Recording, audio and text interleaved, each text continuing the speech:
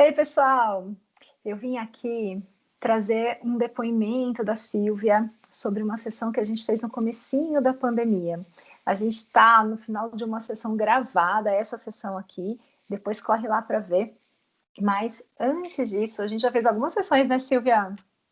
Já. Já foram algumas sessões, mas teve uma específica que foi bem no começo da pandemia, que foi incrível, e eu gostaria que ela trouxesse o relato dela aqui. Sil, conta pra gente o que aconteceu depois daquela sessão. Então, foi incrível, porque assim, na verdade, eu tava com uma dor nos rins, foi por isso que eu fui te procurar.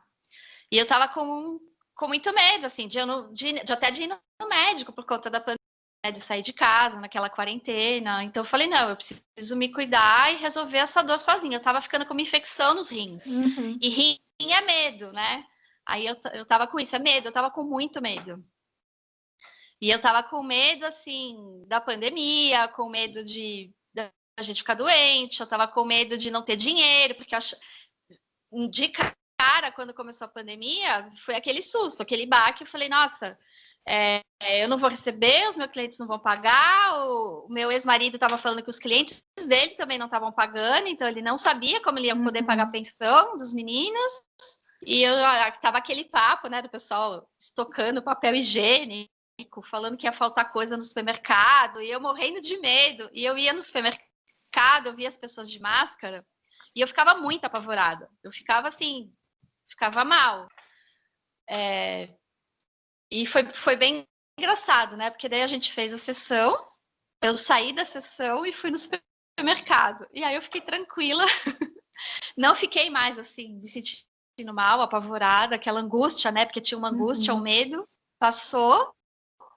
E você tinha mandado, Raquel, também uns vídeos, que isso que foi legal. Você tinha mandado aqueles vídeos do Hélio Couto, sabe? Aquela meditação do Hélio Couto, aquela reprogramação mental para prosperidade. E aí o pessoal estava comentando no grupo do WhatsApp, né, que tinha feito e tinha recebido dinheiro no dia seguinte e tal. E aí eu comecei a fazer essa meditação. E aí foi junto com a sessão, né? Tudo isso. E foi muito louco, porque de uma hora para outra, na mesma semana, entrou dinheiro na conta, todo mundo pagou, os clientes pagaram, eu recebi tudo. Consegui um monte de coisa, assim, que eu nem imaginava que eu fosse conseguir, né? Então, eu saí do negativo para, assim, para ter dinheiro sobrando até para conseguir ter uma reserva de emergência, que até então eu não tinha, entendeu? Aí foi super impressionante, assim, a mudança e como foi rápido, porque foi de um dia para o outro. Foi de um dia para o outro. Né? E a minha destravou o medo, né?